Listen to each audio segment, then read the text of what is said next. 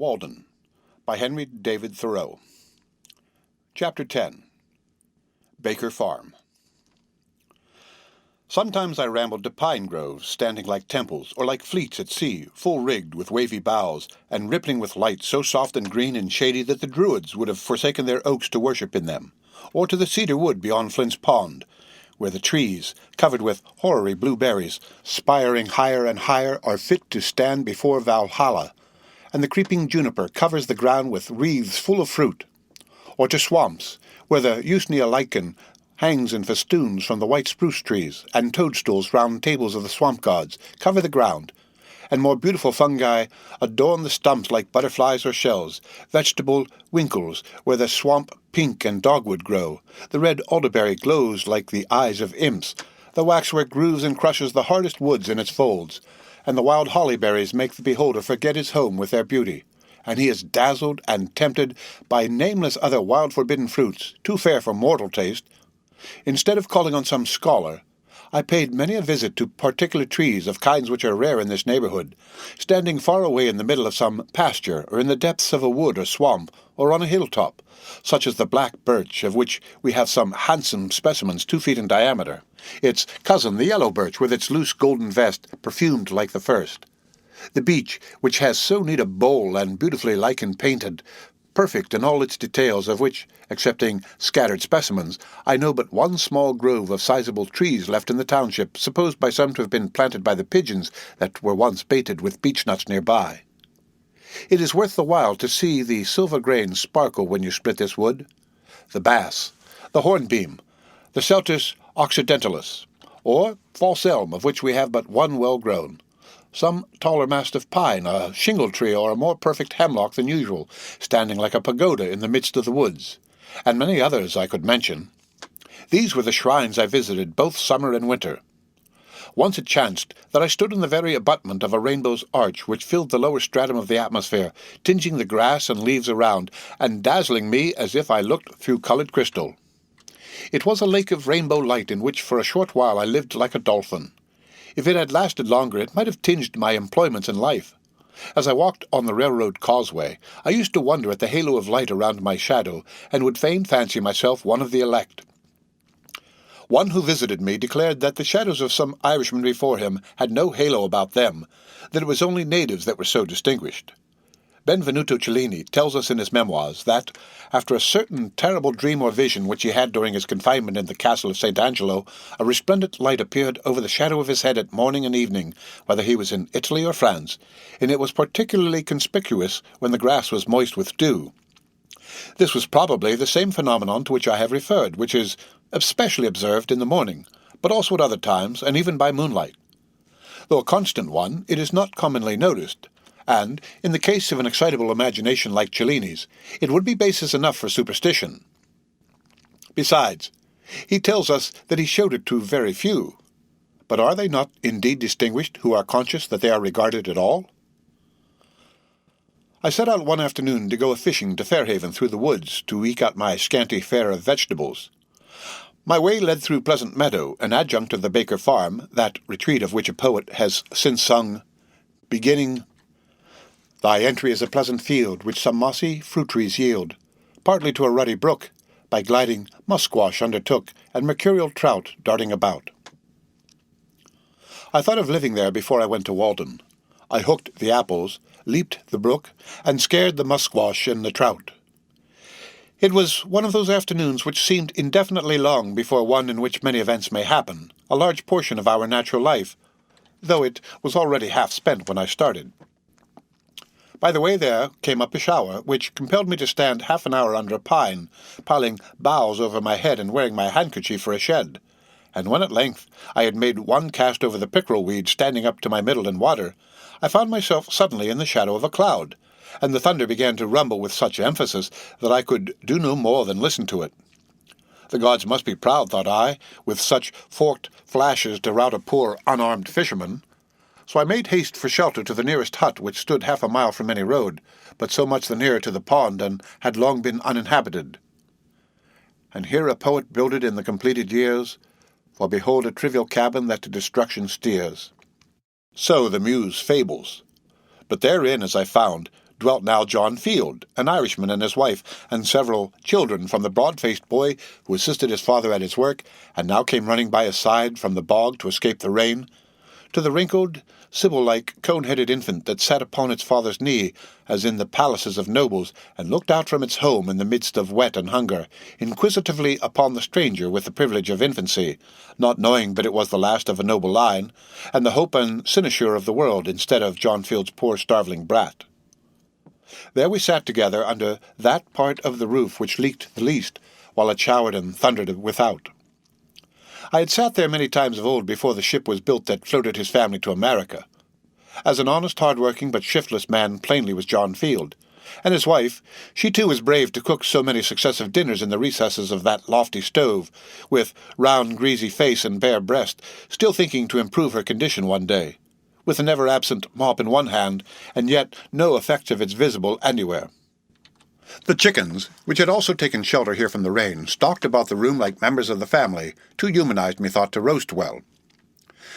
They stood and looked in my eye, or pecked at my shoe, significantly.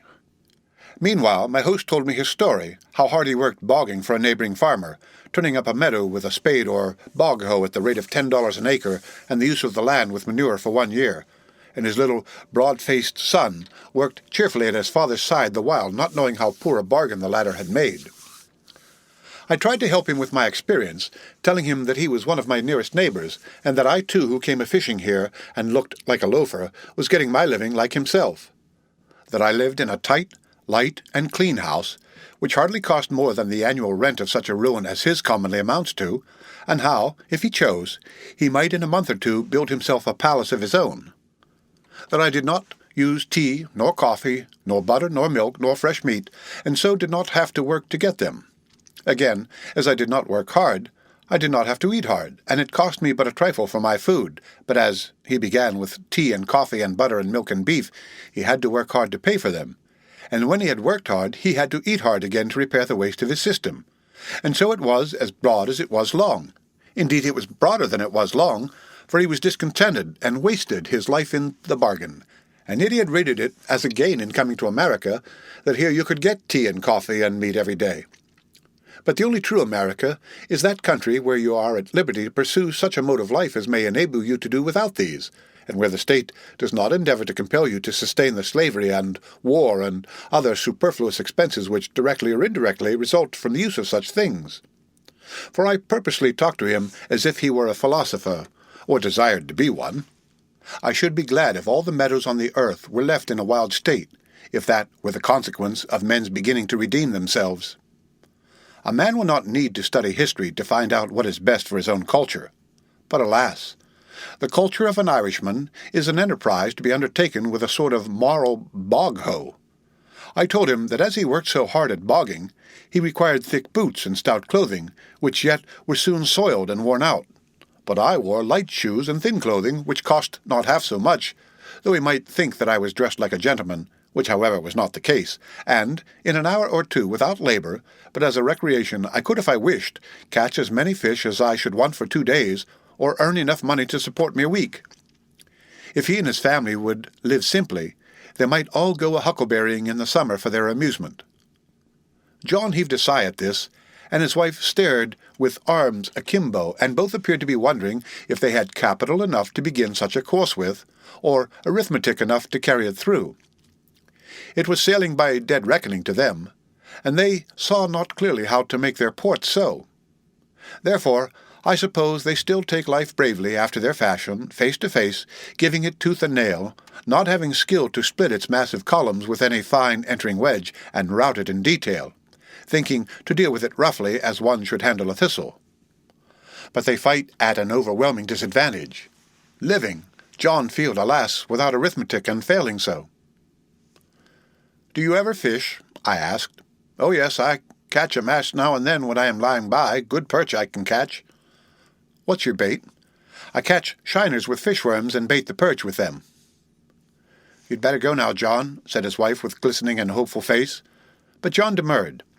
The shower was now over, and a rainbow above the eastern woods promised a fair evening, so I took my departure.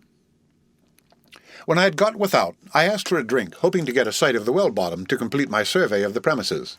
But there, alas, are shallows and quicksands, and rope broken withal, and bucket irrecoverable.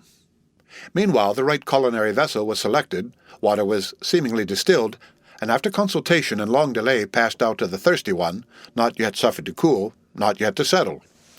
Such gruel sustains life here, I thought. So, shutting my eyes, and excluding the motes by a skilfully directed undercurrent, I drank to genuine hospitality the heartiest draught I could. I am not squeamish in such cases when manners are concerned. As I was leaving the Irishman's roof after the rain, bending my steps again to the pond, my haste to catch pickerel wading in retired meadows, in sloughs and bog-holes, in forlorn and savage places, appeared for an instant trivial to me who had been sent to school and college. But as I ran down the hill toward the reddening west, with the rainbow over my shoulder, and some faint tinkling sounds borne to my ear through the cleansed air from I know not what quarter, my good genius seemed to say, "Go fish and hunt far and wide, day by day, farther and wider, and rest thee by many brooks and hearthsides without misgiving. Remember thy Creator in the days of thy youth. Rise free from care before the dawn, and seek adventures.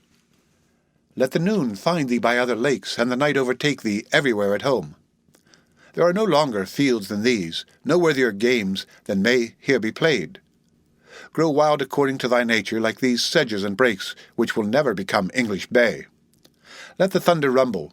What if it threaten ruin to farmers' crops? That is not its errand to thee. Take shelter under the cloud, while they flee to carts and shed. Let not to get a living be thy trade, but thy sport. Enjoy the land, but own it not. Through want of enterprise and faith, men are where they are, buying and selling and spending their lives like serfs. O Baker Farm! Landscape where the richest element is a little sunshine innocent. No one runs to revel on thy rail-fenced lea. Debate with no man hast thou, with questions art never perplexed. As tame at the first sightest now, in thy plain russet gabardine dressed, come ye who love, and ye who hate, children of the holy dove, and Guy, foe of the state, and hang conspiracies from the tough rafters of the trees. Men come tamely home at night, only from the next field or street where their household echoes haunt, and their life pines because it breathes its own breath over again. Their shadows, morning and evening, reach farther than their daily steps.